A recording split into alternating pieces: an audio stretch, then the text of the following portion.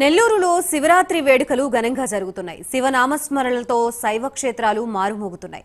భక్తులు భారీ సంఖ్యలో తరలివచ్చి స్వామివారిని దర్శించుకుని ప్రత్యేక పూజలు చేస్తున్నారు. నెల్లూరు రాజరాజేశ్వరి అమ్మవారి దేవస్థానంలో పరమేశ్వరునికి విశేష పూజలు నిర్వహిస్తున్నారు.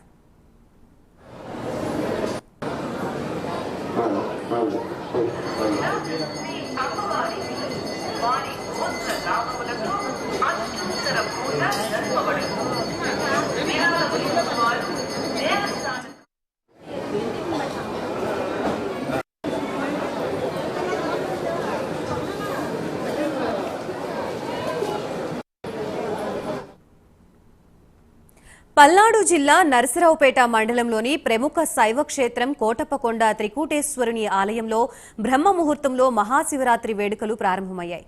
కోటయ్యకు తొలి పూజలో భాగంగా ముందుగా కొలను నుంచి ఆనవాయితీ ప్రకారం బిందె తీర్థంతో త్రికూటేశ్వరునికి ప్రత్యేక అభిషేకం నిర్వహించారు.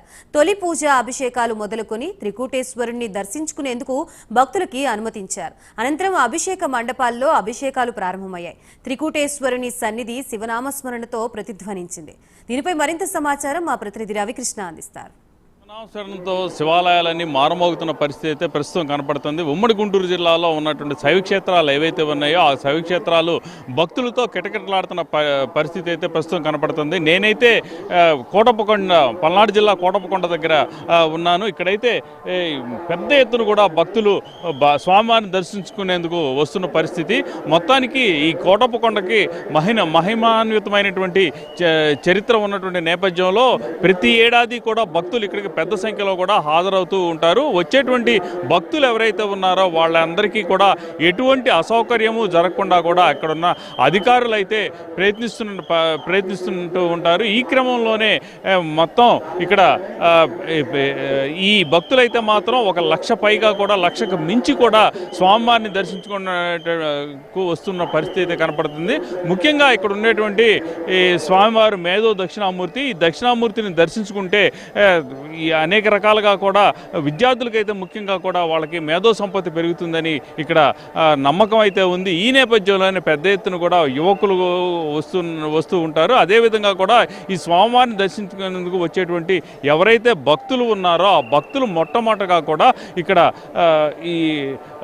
ఇక్కడ ఉన్నటువంటి మొట్టమొదటిగా కూడా కాళీ మార్గంలో వచ్చేటువంటి సందర్భంలో కూడా ఇక్కడ ఉన్నటువంటి గొల్లబావును దర్శించుకుంటారు. దర్శించుకున్న తర్వాతే ఆ మార్గం గుండా వెళ్ళి స్వామివారిని మేధో దక్షిణామూర్తిని దర్శించుకుంటూ ఆనవాయితీగా వస్తున్నటువంటి పరిస్థితి. ఈ నేపథ్యంలోనే శివరాత్రి సందర్భంగా కూడా ప్రతి శివరాత్రికి కూడా ఇక్కడ బిందె తీర్థంతో స్టార్ట్ అవుతుంది. ముఖ్యంగా కూడా ఇక్కడ ఉన్నటువంటి ఆలయ ప్రాంగణంలో ఉన్నటువంటి కొలను ఏదైతే ఉందో అక్కడ నుంచి భక్తులకు అక్కడ ఉన్నటువంటి అర్చకులు అక్కడ ఆ కొలంలో ఉన్నటువంటి నీటిని తీసుకొని బిందెలతో తీసుకొని స్వామివారికి అభిషేకం చేస్తారు. దాన్ని తొలి అభిషేకం అంటారు. ఈ తొలి అభిషేకం జరిగిన తర్వాత అక్కడ అభిషేక మండపంలోకి తీసుకొని వెళ్తారు. అభిషేక మండపంలోంచి అభిషేకాలనే మాత్రం పెద్ద ఎత్తున కూడా చేస్తూ ఉంటారు. ఆ తర్వాత భక్తుల్ని స్వామివారిని దర్శించుకునేందుకు అనుమతిస్తూ ఉంటారు.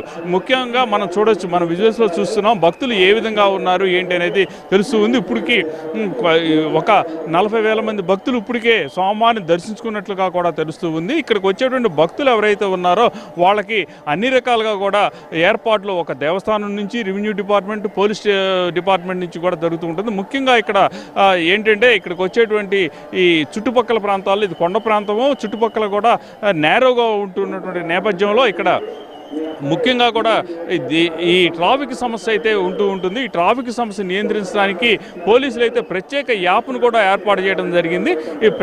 ఈ యాప్ ద్వారా ఏంటంటే అక్కడ వాహనాలు ఎక్కడ రద్దీగా ఉన్నాయని తెలియజేస్తూ ఎక్కడ వాహనాలను ఉంచాలి, పార్కింగ్ ప్లేస్లు ఎక్కడ ఉన్నాయి అనే దాని మీద కూడా ఇక్కడ పోలీసులు అయితే మాత్రం యాప్ను, ట్రాఫిక్ కంట్రోల్కి యాప్ను అయితే రెడీ చేసిన పరిస్థితి అయితే కనపడింది. ఈ నేపథ్యంలోనే ఇక్కడ ట్రాఫిక్ నియంత్రించేందుకు పెద్ద ఎత్తున కూడా పోలీసులు కసరత్తు చేస్తున్న పరిస్థితి అయితే ఉంటుంది. వచ్చేటువంటి భక్తులు ఎవరైతే ఉన్నారో వాళ్ళకి ఎటువంటి అసౌకర్యము జరగకుండా కూడా ఇక్కడ ఏర్పాట్లు అయితే చేశారు. ఇక్కడ చూడొచ్చు, ఈ ముఖ్యంగా కూడా ఎండ ఎక్కువగా ఉంటున్నటువంటి నేపథ్యంలో ఎండలు అధికమైనప్పుడు భక్తులు ఇబ్బంది పడకుండా ఉండాలనేటువంటి ఈ సంకల్పంతో ఇక్కడ టెంటులను కూడా ఏర్పాటు చేశారు. ఈ టెంటులకు సంబంధించి మనం ఇక్కడ విజువల్స్లో చూడొచ్చు. ఈ టెంట్కి సంబంధించి టెంటుల్లోనే రాత్రి నుంచి కూడా భక్తులు అయితే మాత్రం ఇక్కడే పడుకున్నారు. స్వామివారిని దర్శించేందుకు కూడా ఇక్కడ ఈ ఉదయం నుంచి కూడా పెద్ద ఎత్తున బారులు తీరిన పరిస్థితి ఉంది. వచ్చేటువంటి భక్తులు ఎవరైతే ఉన్నారో వాళ్ళకి 3 రకాలుగా కూడా స్వామివారి దర్శనం లభిస్తుంది. ఒకటి